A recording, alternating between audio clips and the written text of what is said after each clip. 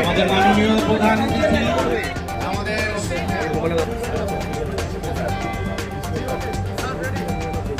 উৎপাদনটা বুঝতে পারবেন না।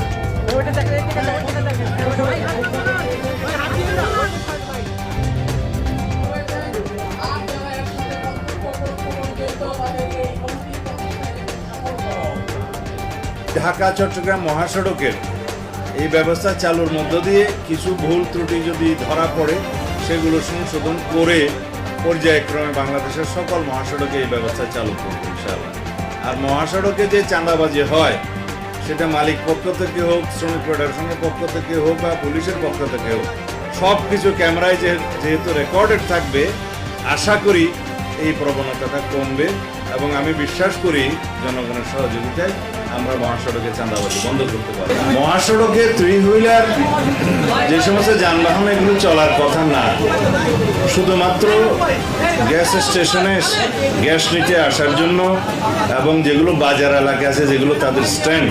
ওগুলো আর ফিডার রোডে তারা যাওয়ার জন্য এই বিষয়টা কনসিডার করার জন্য আমি মহাসড়কের পুলিশ প্রধানকে অনুরোধ করেছি। এগুলো আমরা একটা শৃঙ্খলা নিয়ে আসো, তবে কোনো অবস্থাতে মহাসড়কে নন মোটরাইজ এনি ভেহিক্যাল অথবা 3 হুইলারগুলো মহাসড়ক